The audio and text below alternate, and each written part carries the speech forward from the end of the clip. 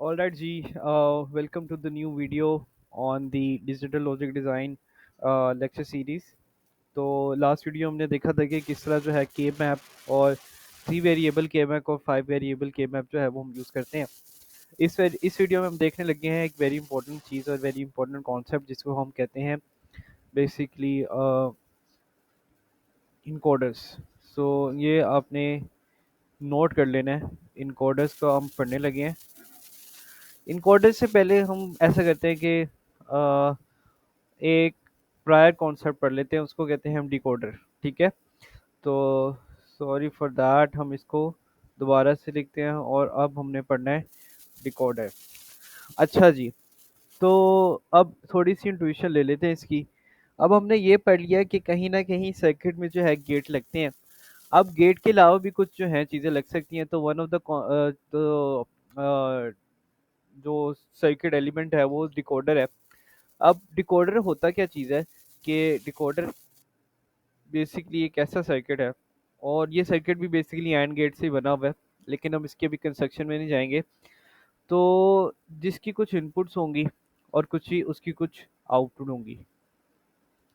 तो आपने याद रखना कि जो इसकी इनपुट और आउटपुट होगी वो 2 रेज़ टू पावर n की बेसिस पे होगी, यानी कि अगर 2 इनपुट एंड गेट है, ठीक है, तो n की ये पावर होगी 2, तो इसकी आउटपुट जो हो जाएंगी वो 4 हो जाएंगी। ठीक है, तो इसका मतलब जो डिकोडर है वो 2 रेज़ टू पावर n की वर्किंग पे काम करता है।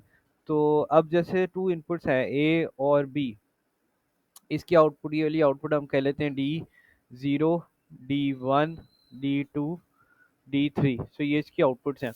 अब आपने याद रखने के जो इनपुट्स हैं, इनकी इनपुट्स होंगी कैसे। तो अगर कोई एक इनपुट होती है तो उसमें कौन सी पॉसिबल कॉम्बिनेशन होते हैं, 0 और 1। लेकिन जब अब 2 इनपुट्स हैं हमारे पास, A और B, तो उनकी इनपुट्स कैसे हो सकती हैं, 0 0, 0 1, 1 0 और 1 1। तो ये पॉसिबल इनपुट्स हैं जो कि 2 इनपुट्स किसी भी हो सकती हैं। अब डिकोडर बेसिकली काम कैसे करता है, बेसिकली कि ये जो इनपुट्स हैं बारी बारी इसके ऊपर आएंगी। तो फर्स्ट क्या होगा कि 0 और 0, ए भी 0 है, बी भी 0 है। तो इस केस में क्या होगा कि ये जो D1 जो है, ये D0 ये एक्टिव हो जाएगी। ठीक है, तो अगर मैं इसको मैं दूसरे फॉर्म में लिखूं, तो इस केस में जब दोनों इनपुट जो है हमारे पास 0 0 हैं, तो इस केस में जो है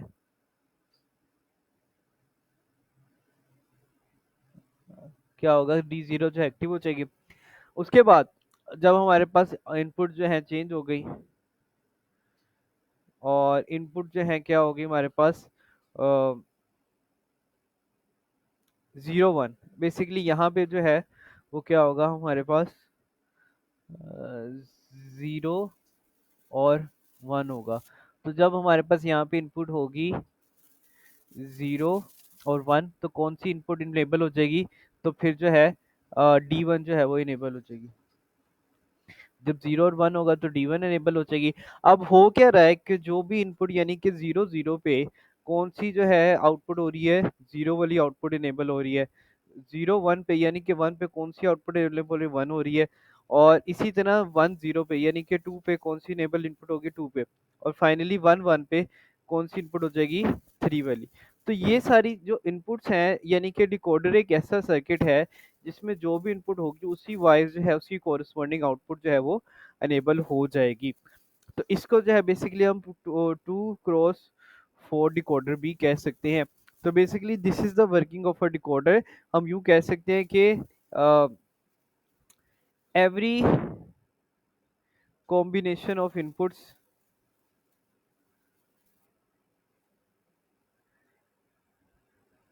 enables or active the corresponding enables corresponding output. तो आपने देखना है कि सर्किट में जहां पे भी आपको जो इनपुट पे वैल्यू आ रही होगी वो आउटपुट पे चाहिए होगी, तो आप डिकोडर जो है वो यूज कर सकते हैं, कोरस्पॉन्डिंग आउटपुट। ठीक है, ये जो है इस वीडियो में हम बेसिक सी डिकोडर की कवर करेंगे ताकि ज़्यादा मेस्ड अप ना हो जाए सब कुछ। तो नेक्स्ट वीडियो में हम थोड़ा सा डिटेल्स में स्टडी करेंगे कैसे जो है हम एक डिकोडर से ज़्यादा डिकोडर बढ़ा सकते हैं, और आगे जो है बाकी चीज़ की एप्लीकेशन उसको भी देखेंगे। तो इस वीडियो में इतना ही। ठीक है, thank you so much for watching this video, see in the next one.